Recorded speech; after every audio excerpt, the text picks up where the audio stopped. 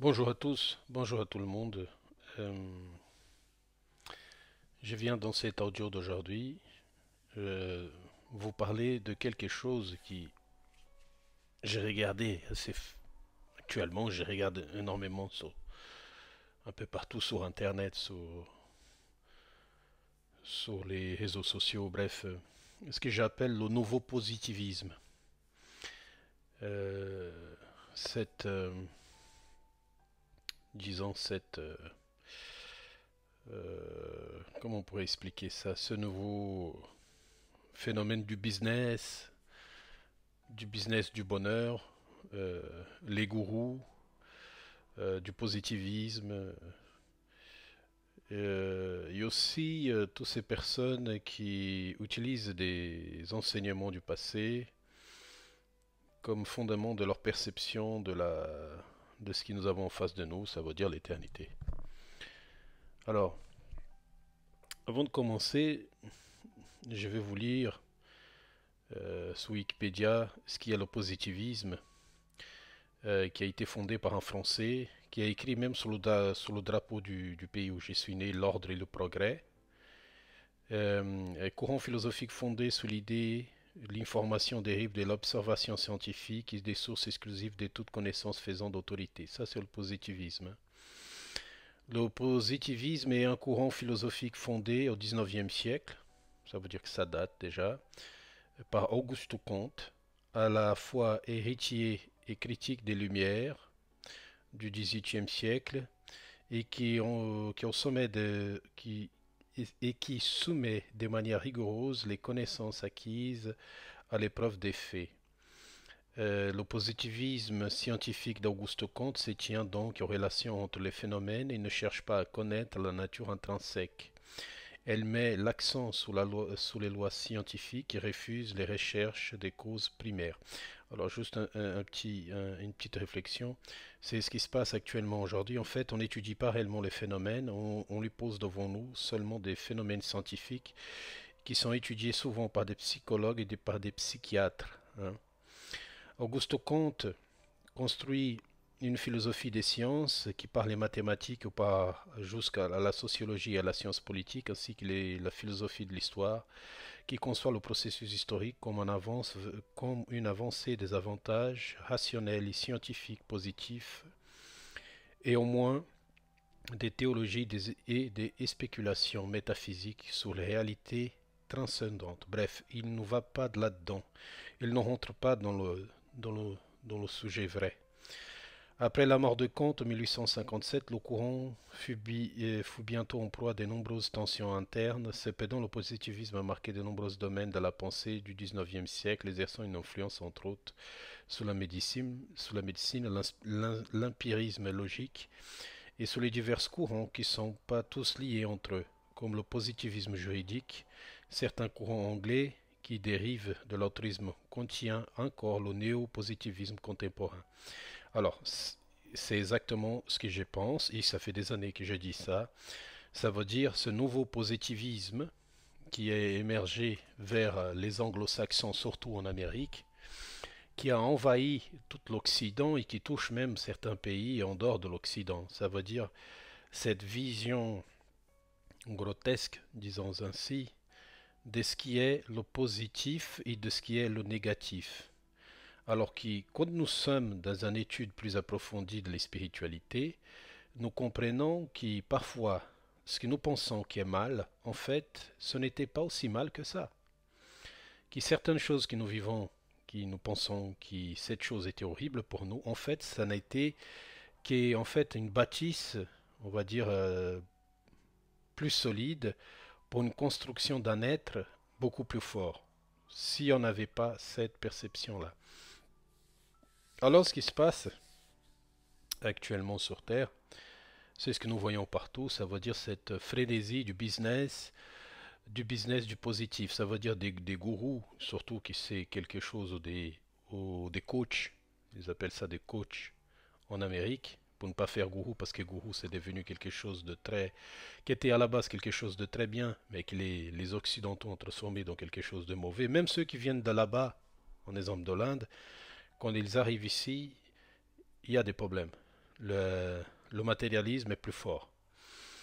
Et ce que nous avons du mal à saisir dans cette perception, c'est que ces nouveaux gourous ou coachs, en fait, sont tous milliardaires ou des gens très très riches. Nous trouvons aussi la même, on va dire, ce contraire de la vision positive, nous trouvons aussi en France. Il y en a des adeptes de cette vision-là, et des gourous, et des coachs de vie aussi, et des gens qui, on va dire, vendent leurs connaissances très chères en France, dans des livres, dans des tas de choses.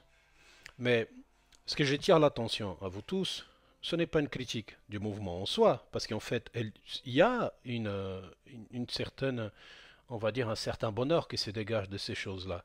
Sauf que c'est un bonheur artificiel. Pourquoi je vous dis ça? Parce qu'il ne dure pas dans le temps. Par conséquent, s'il ne dure pas dans le temps, en fait, il est un bonheur artificiel. Nous ne pouvons pas demander à quelqu'un de sourire s'il n'a pas envie de sourire. Vous voyez? Ça veut dire que le questionnement qu'on doit se poser, c'est quelque chose de plus profond. Ça veut dire c'est un raisonnement plus approfondi dans ce que nous appelons sur Terre les spiritualités. Ça veut dire une recherche plus profonde dans la connaissance de ce que j'appelle le soi. Ça veut dire celle de se connaître soi-même, pour ne pas être ni dans le positif ni dans le négatif, même si quand rentrons, ça veut dire, quand je dis ça, ça veut dire quand nous rentrons dans la matière, ça veut dire dans le monde des humains, que nous sommes tous des humains bien évidemment, mais quand nous rentrons en contact avec d'autres humains, nous allons voir le côté positif et le côté négatif de la chose. Et c'est là le problème. Parce que si vous interagissez dans la matière, soit un ou soit l'autre, vous allez être attiré. Alors que, comme a dit Siddhartha Gautama, la voie du milieu est toujours la plus sûre. Ça veut dire celle de l'observation. La voie du milieu, c'est juste la voie de l'observation. Ça m'arrive souvent de donner à des gens ce qu'ils ont envie d'entendre. Parce qu'en toute façon, si je leur dis la vérité, ils ne veulent pas l'entendre. Vous voyez, c'est très complexe. Ça, c'est la même chose qui se passe au niveau du plan spirituel. On nous donne souvent ce qu'on peut recevoir ou ce qu'on peut entendre. Alors, le questionnement que nous devons, parce que ça c'est du concret, c'est quelque chose que vous pouvez appliquer dans votre vie. Ça veut dire que j'ai connu des personnes qui ont venu vers moi ou des personnes qui ont pour pratiquer ce type de voyage, du positivisme, du nouveau positivisme, celle qui a été implantée par Auguste Comte, il est là à nouveau. Sauf qu'aujourd'hui, il y en a les psychologues, les psychiatres et le business qui s'est rajouté dessus. Et malheureusement, en fait, ce n'est pas une question, parce que quand vous discutez avec les psychologues ou les psychiatres, ils vous posent en face toujours la même perception, soit freudienne, soit jungienne, de la religion, en fait, et des perceptions sexuelles, celles du corps. Le problème, c'est que c'est beaucoup plus profond que ça. Ça veut dire, c'est ce qui, la majorité des gens restent seulement sous la surface de l'iceberg, par peur ou par pudeur ou par quelle qu'elle soit la chose, ont du mal à rentrer dedans et voir ce qui se cache là-bas, en dessus de la surface. C'est ce qui se cache, c'est une entité, c'est un être qui est vous aussi. Et ce vous-là, ce soi-là, en fait, c'est ce que nous appelons l'esprit. Je ne parle pas de l'âme ou conscience comme nous appelons aujourd'hui, je parle du vous, l'esprit. Et que cette entité est émanante d'amour, qui est vous. Mais vous avez du mal à se reconnaître dans cette entité-là. Alors ce qui se passe, c'est ce qui se passe aujourd'hui, ça veut dire on vend du prêt-à-porter spirituel ou du prêt-à-porter mental ou du prêt-à-porter religieux. Nous faisons depuis des siècles, depuis des milliers d'années la même chose. Ça veut dire nous ne rentrons pas en fait dans le vif du sujet. Nous restons seulement en surface parce que je venais de vous dire, ça veut dire par peur, par crainte, par respect, par incrédulité, par quel qu'elle soit le dispositif mental de blocage que vous mettez, ça vous empêche en fait d'aller plus en profondeur, de se connaître réellement. Et la majorité d'entre nous, nous avons peur de découvrir ce qu'il y a caché en dessus de l'eau. C'est tout à fait compréhensible, parce que personne ne fait ça. Très peu de personnes ont fait ça sur Terre. Et quand ils l'ont fait, des choses se sont passées. Nous pouvons dire ça, la même chose sur les enseignements du Christ, qui s'y sont apportés jusqu'à nos jours, qu'ils soient réels ou pas, sa crucifixion, quelle qu'elle soit, même si j'ai toujours pensé que beaucoup de choses ont été modifiées, qui étaient beaucoup plus beaux, ce que nous entendons aujourd'hui, car les Grecs à l'époque, ou les Romains, je pense qu'ils n'avaient pas ou les Latins, qu'ils n'avaient pas la capacité de comprendre ce qui était l'amour véritable. La même chose, disons, pour Bouddha, ou pour Amara Marashi en Inde, ou pour des tas d'autres personnes, des êtres illuminés qui étaient Chico Xavier au Brésil, ou Paravicini en Argentine. Benjamin Paravicini, c'est un grand prophète argentin, prophète et visionnaire aussi. Bref, euh, toutes ces choses-là nous amènent à cette perception-là. Ça veut dire que quand nous rentrons en profondeur de la chose, nous voyons qu'il y a beaucoup de choses qui sont cachées à l'intérieur de nous. On va dire que nous devons balayer à fur et à mesure cette pensée dualiste, cette pensée qui est le positif, le négatif, et aller vers le centre de la chose. Ça veut dire, et pourquoi la voie du milieu est toujours la plus sûre? Parce que en mettant tout ça du côté, vous dégagez une voie centrale qui vous amène jusqu'au centre de vous-même. Ça veut dire que vous devez balayer toutes ces perceptions, quelles qu'elles soient religieuses, spirituelles. En fait, vous devez aller vers en profondeur de vous, trouver le vous intérieur. Et c'est ce que on va dire, disons que la voie, on va dire la connaissance, c'est cela. Ça veut dire c'est balayer tous les concepts. Je vous donne réellement là comment vous pouvez y arriver.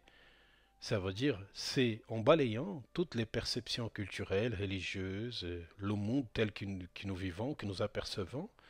C'est là en fait que vous arrivez à vous. Pour arriver à, ce n'est pas quelque chose qui est caché, qui est destiné à une pseudo-élite intellectuelle ou spirituelle sur Terre. Non, ça c'est une question des personnes qui sont encore imbibées de leur ego spirituel. Non, c'est la vérité, c'est qu'il n'y a pas de cachette, il n'y a pas de mensonge. En fait, il n'y a que vous dans l'histoire. Et cet audio sert à toutes les personnes qui sont dans cette perception-là actuellement sur Terre. Ça veut dire de ce nouveau positivisme qui découle déjà des Français hein, du 19e siècle, d'Auguste Comte, qui, comme je disais, nous trouvons ça sous le drapeau du Brésil, l'ordre et le progrès. Parce qu'en fait, ce que les gens s'aperçoivent dans ce nouveau positivisme, ou dans cette vision positive, ou dans cette psychologie positive, qui en a même le créateur de ça, c'est un Américain, euh, nous trouvons en fait la base qui a été donnée par Auguste Comte au 19e siècle. Et ce que nous trouvons dans ce nouveau positivisme, c'est le même problème qui a été trouvé dans le positivisme d'Auguste Comte du 19e siècle et celui du 20e et 21e siècle que nous vivons actuellement sur Terre. Ça veut dire c'est que ça marche pour certaines personnes parce que mentalement, elles se sont, on va dire, mis ça dans leur esprit, qui c'est ça en fait la voie. Et que pour d'autres, ça ne marche pas. Si le positivisme marchait, c'est comme toutes les religions, en fait, le monde serait un autre, alors que non, ça ne marche pas. Est-ce qu'ils ont le droit d'exister? Bien évidemment, tout a le droit d'exister. Tout doit avoir leur pensée dans cette irréalité, dans cette illusion que nous vivons. Tout a le droit d'exister. Mais la question, c'est que le fondamental, c'est la recherche intérieure. Pour certains, une méditation, pour d'autres, une réflexion, pour d'autres, une donation de soi aux autres, pour d'autres, une profonde introspection de soi, une vraie réflexion personnelle sur soi-même, sur ses actes, sur sa vision, une vraie ouverture, une vraie, disons, une vraie éclaircissement de ce qui vous êtes. Bref, il y en a des tas de perceptions à ce niveau-là, mais disons que ce que je trouve aujourd'hui dans cette vision positiviste qui est là, en fait, c'est que malheureusement, qui est commerciale.